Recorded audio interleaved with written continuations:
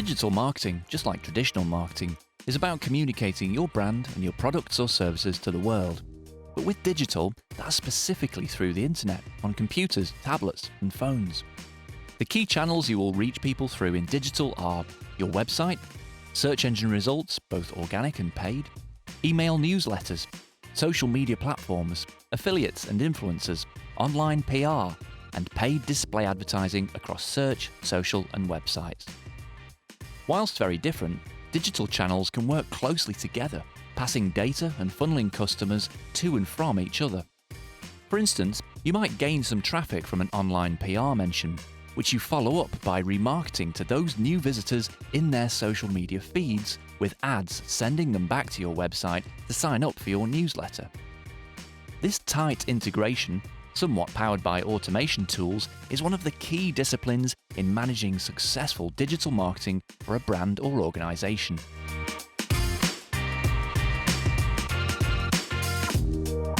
Content marketing is a way of promoting your business by creating media of any kind that has real value to your target audience and attracts them to you. And so, it's a type of inbound marketing, unlike advertising, which is outbound and places your promotional messages in specific channels. And that's another thing about content marketing. It's not promotional in the traditional sense. It's focused on meeting the informational or entertainment needs of your desired customers. For instance, if you're a baby accessories store, you might see from basic research that there are lots of searches online about how to dress a newborn's bed safely through the seasons. You could create the best article that answers that question in every conceivable way. A thorough and valuable resource for new parents. In doing so, you'd bring target customers to your store. Over time, you would then seek out other questions and frustrations from your audience. You could build a growing resource of true value for them that drives awareness, trust, and loyalty among the very people you want to convert and retain as customers.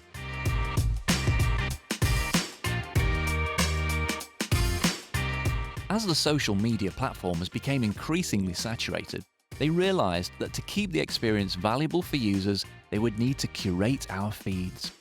And so, all social media platforms started to implement algorithms that would select the content deemed to be most relevant to us at the time we land in the newsfeed. The factors that inform that relevancy for the user include your connections, who you follow or are friends with, engagement, what content you've stopped to look at, clicked on, and reacted to recently, both from those you're connected to, but also in terms of content topics and hashtags you've shown an interest in. Timeliness, what content has been posted most recently and may have the most topical relevance for you at that time. With that in mind, remember that every piece of content you publish is ranked for relevancy by the algorithm. It uses initial responses to your content to determine whether to show it to more people, and this is why good content spreads quickly, whilst poor content doesn't get seen.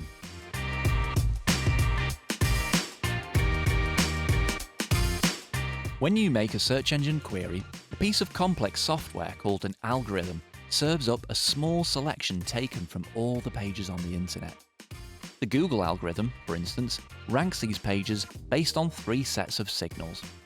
Content, how well the words and media on this page answer the informational needs of the searcher.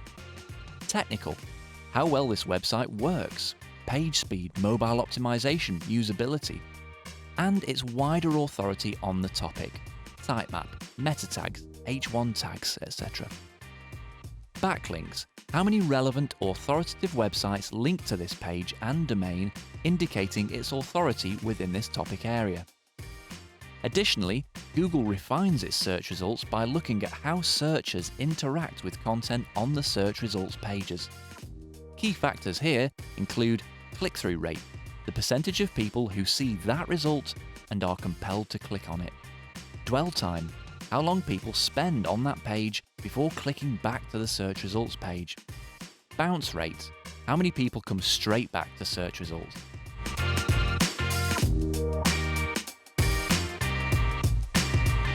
Target your search ads based on things like keywords and location to ensure your target audience sees your ad when their intent matches your offering. But it's likely that you're not the only company trying to reach those search engine users. And so, in the split seconds as a search results page loads, an auction takes place. This takes all eligible ads for that search query and determines which ones appear and where on the page. On Google, this auction is powered by AdRank, an algorithm that aims to serve the most relevant ads for its users. So how do you improve your ad rank? Bid amount, your maximum bid for a single click. Ad quality, how relevant your ad is to the keywords searched, how relevant your landing page is, and the predicted click-through rate, amongst other things. Search context, time of day, device, and the like. Ad format and extensions, whether the layout and style of your ad is likely to make it more relevant.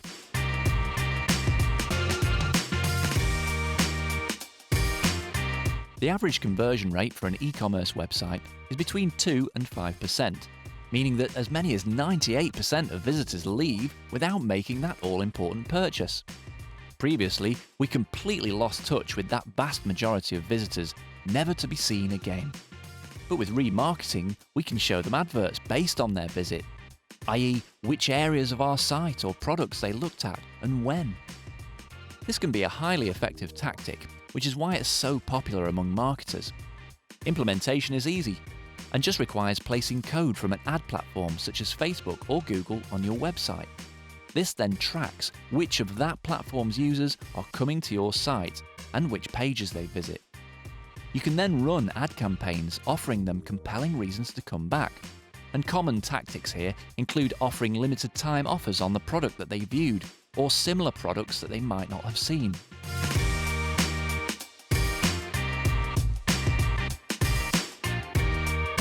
When you click send on an email newsletter, a nervy moment for even the most seasoned marketer, what actually happens?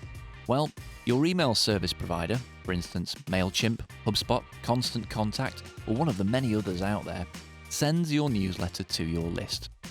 But maybe not your whole list.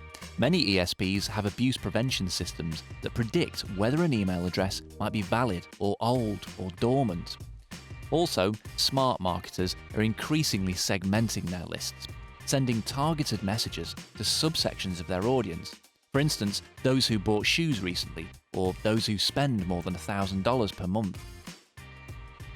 When your email lands in the inbox, its journey isn't quite over. Email platforms such as Gmail and Outlook screen email for spam or junk mail, and they may also categorize it, sorting your email into a promotions folder, making it less likely to be read. So it's crucial to make your newsletters look very different to spam, and also to have a high-quality audience of people who genuinely want your newsletters, opening and clicking them to indicate to the platforms that they are of value to them.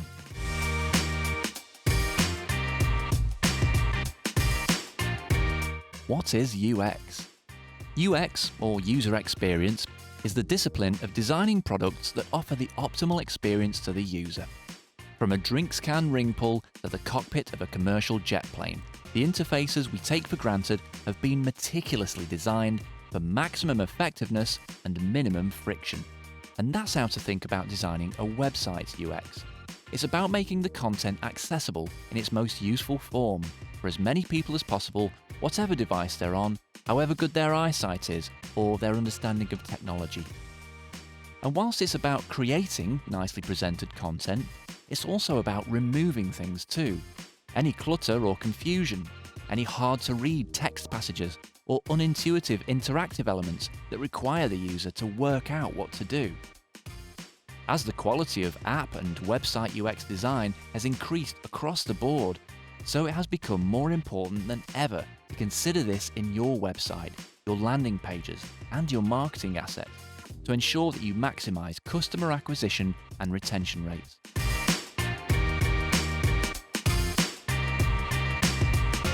Data is everywhere today, with analytics tools coming as standard in our social media, email, website, and ad platforms. It can be tempting to gather all these numbers and graphs and compile them into huge reports for our clients or our boss. But data alone isn't very useful. It doesn't tell us what to improve or how. And so the job of any modern marketer is to tell the story behind the data and report that in a way that informs our next move. Instead of showing that page views on the website are up, so is the bounce rate, give your best hypothesis as to why and what can be done about that. Instead of showing a spike in female followers on Instagram that week, explain how your recent posts may have driven that and why. People look to you for these actionable insights, and being able to interpret data usefully is only going to become more important in a data-driven digital world.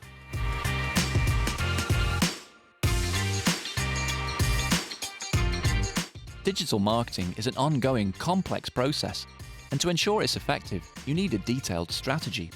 This will include things like goals, objectives, and KPIs, what your business goals are, what marketing objectives you set to drive them, and what key performance indicators you will track to define success along the way.